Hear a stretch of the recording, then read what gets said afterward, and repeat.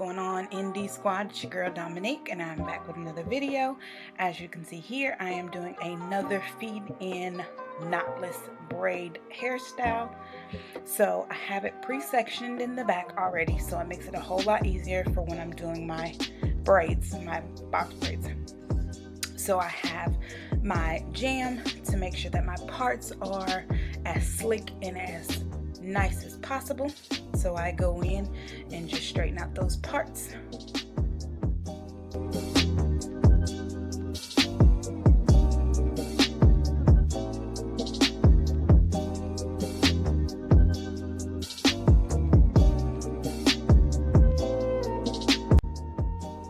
So this is how thick that I'm going to have these box braids in the back, and then also I'm going to have the same thing as the feed-in braids. But what I'm going to do is take that one section and I'm going to split it into 3 different strands. So here, what we're going to do is split into 1, split into 2, and split into 3. Just like you would do a normal plait. So you're going to start to act like you're going to plait, and as you get to that second rotation between your thumb and your index finger, you're going to put in one of those thirds of hair. One side goes to the top of your index finger and one goes at the bottom of your index finger, and you're going to continue to plait again until you get to that second rotation again, and you're going to put another third of that section of hair in between your index finger and your thumb. One side goes on top of your index finger, the other goes on the bottom, and do 2 rotations again.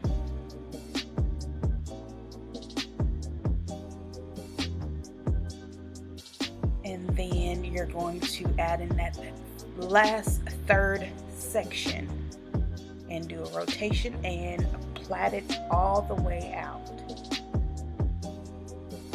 Just making sure those loose strands from other parts aren't being mixed into the braid that we're doing currently.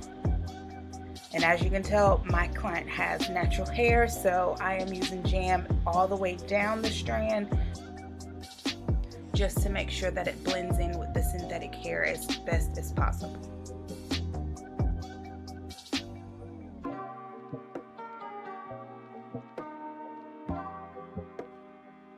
Alright, and now I'm going to show you another section. So I go in and I use my jam to clean up my parts. Make sure hair is where it's supposed to be, not in the way, as clean as possible. We're going to section this section off into 3 smaller sections, 1, 2, and 3. And then we're going to begin to braid that. 1 rotation, 2 rotation. I'm sorry, on this one you can't really see where my index finger and my thumb are, but you're going to do the same thing and put in 1/3 of that section of hair in between the index finger and the thumb. The other section goes above the index, and do 2 rotations again. Put in the second third of the hair, 2 rotations, and then we have the last section of hair. And we will plait that all the way down the box braid. So I'm trying to describe this as best as possible. If it's a little difficult to understand the way that I'm explaining, just let me know in the comment section down below, and I'll give you a more in-depth detail video on how to do knotless box braids.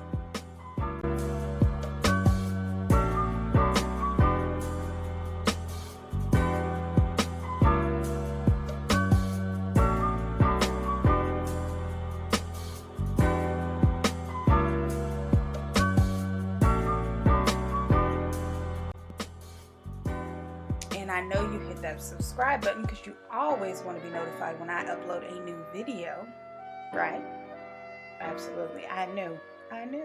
If not, push pause, go ahead and hit that subscribe button, and give this video a thumbs up. And in the comment section, if you have any other videos that you would like for me to post, just let me know.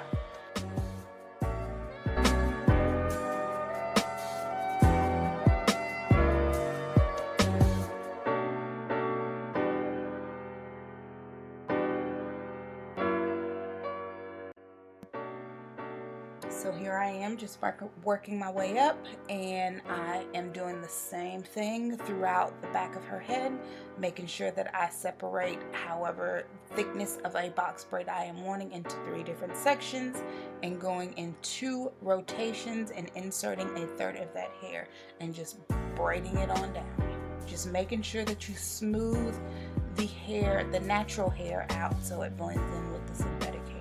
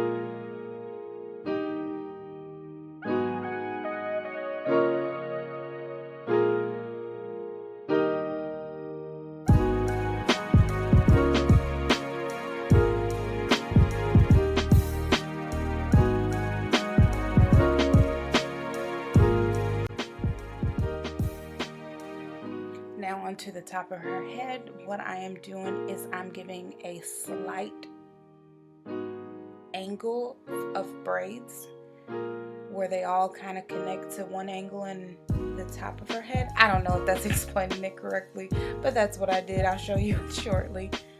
Just keep in mind that you want your feed-in braids that are at the top the same width of braid that you have in the back for the knotless box braids.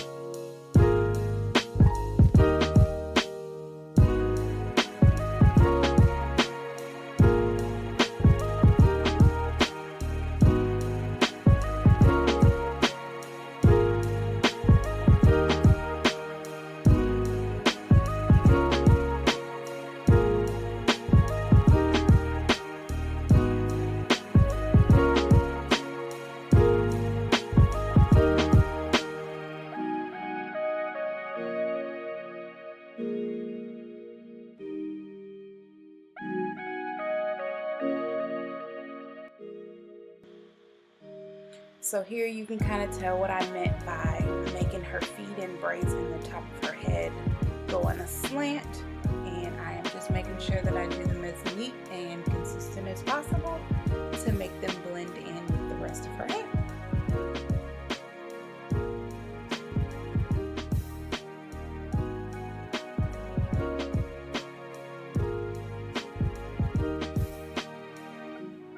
And guys, I am so sorry about the lighting, but it started to get late and we started to get hungry, so we took a couple of breaks. But I'm just using some foaming mousse and to lay down her flyaways, and I'm going to tie it down with a head wrap.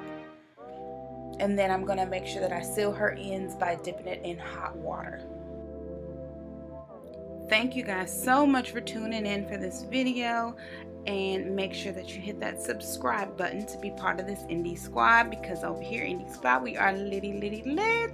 And I'll see you guys in my next video. Bye.